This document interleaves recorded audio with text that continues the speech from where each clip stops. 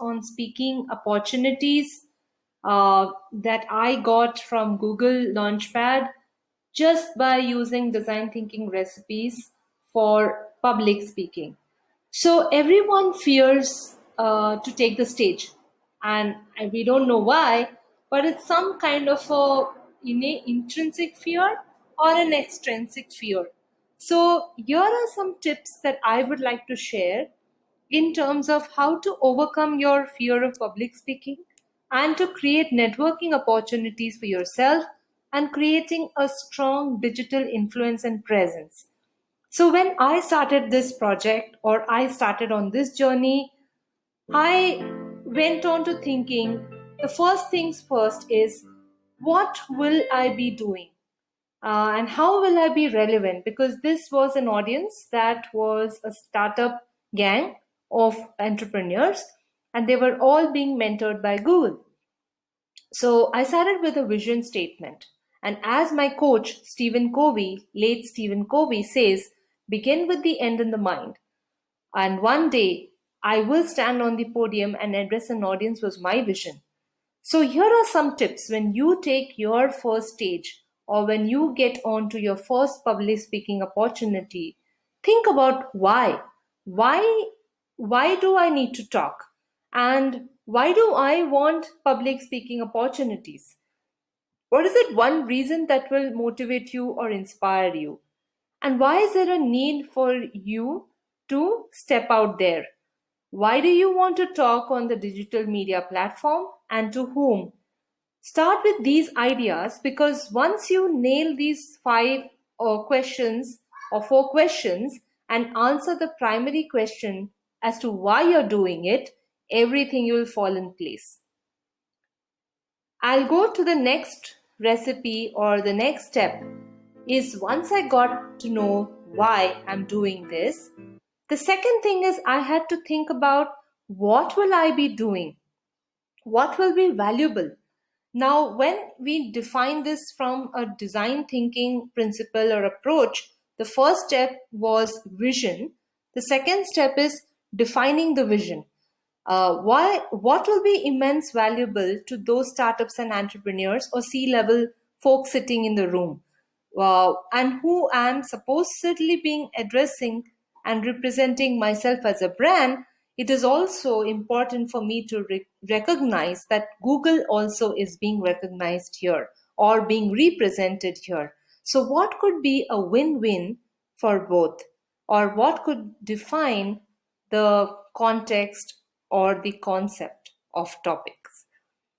So here are some things which you can think about, and I could relate this to Stephen Covey's 7 Habits again of being proactive and putting things first. What is it that will matter to these entrepreneurs? What is it that will be of utmost importance to them?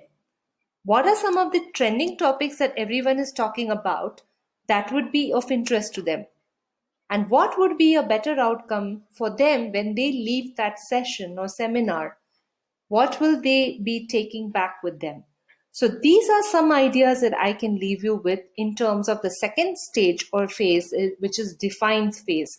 When you define things in your mind and put it down together as a plan, then you can get started with at least the next step that is coming up soon. The third step, as I mentioned, was to be first thinking about what will be valuable for them, which is empathy, and align the topic which will be relevant. So empathy or empathizing stage in design thinking means what they will be thinking, feeling, and doing at this stage before I even talk to them. What will be their challenges like in the business? What will be helpful for them to get funding from venture capitalists or from Google? How can their product be improvised? All these questions were coming to me in my mind.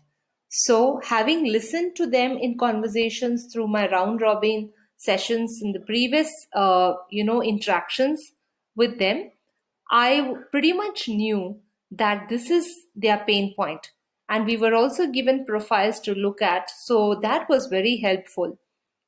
So, understanding your audience's concerns and putting yourself in their shoes will be extremely valuable and important for you to present your ideas. Always, as per Stephen Covey, seek to understand, then to be understood. So, empathy is a great tool to bring out when you want to empathize with your audience. So, here are some questions to ask yourself. What are their pain points? What would they gain from my expertise and skills? What could be their challenges? And what are their thoughts, feelings, and emotions that they're currently going through or facing where I can then solve it?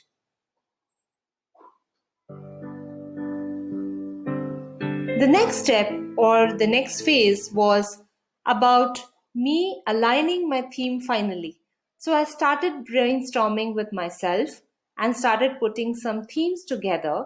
And finally, I narrowed down on one theme, which is innovation and design thinking, to give them a perspective and overview of why design thinking can really help them and how they could innovate in their product startup or product phase, whatever stage they are in the product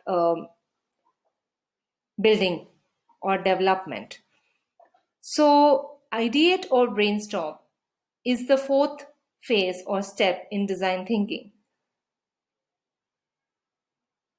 In this particular, in this particular format.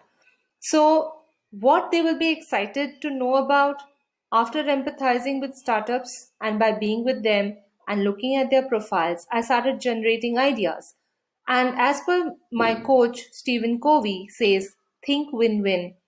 I started asking questions like, how can I look for inspiration?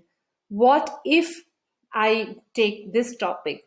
Or what if I take this topic? And so, what if this topic is taken? So, these questions helped me to understand or define the underlying motive and the context or content itself. And I asked another question to myself: what could be the best strategy of even delivering this? How do I select the best idea and start synthesizing my talking points? So, take into consideration these questions when you are aligning or ideating on your topic to talk about in any seminar or public speaking opportunity, and then see what comes up for you. And yes, we're coming to the last stage or the last phase of how I went about designing the or delivering the entire workshop. It was about adding some fun elements and making it engaging and differentiated it with an experiential activity. So finally executed and experimented this selected idea, made it experimental, and after ideating with my colleagues and mentors and the Launchpad associates and looking at LPA seminars on YouTube, I started conceptualizing the ideas that would be engaging and encouraging participation. So the key elements of design thinking is prototype and action in the end, because even if you ideate or even if you define a problem, it's important that you prototype and action it. So how can one translate an idea into reality? How will the participants experience the subject or topic? What could be the learning delivery method that I could use or you could use, and what could be the possible outcomes for you and for the companies? So, these are some ideas that you can use when you are finally executing your topic. And this is to summarize what just happened in a few days, how I use design thinking recipes. If you want to engage with me on career reinvention seminars or innovation topics or design thinking per se, or how arts in life and business for problem solving can be used, or on emotional intelligence or on emotional well-being and wellness, talk to me. Happy to help and hope this was valuable and useful to you. Have a great day.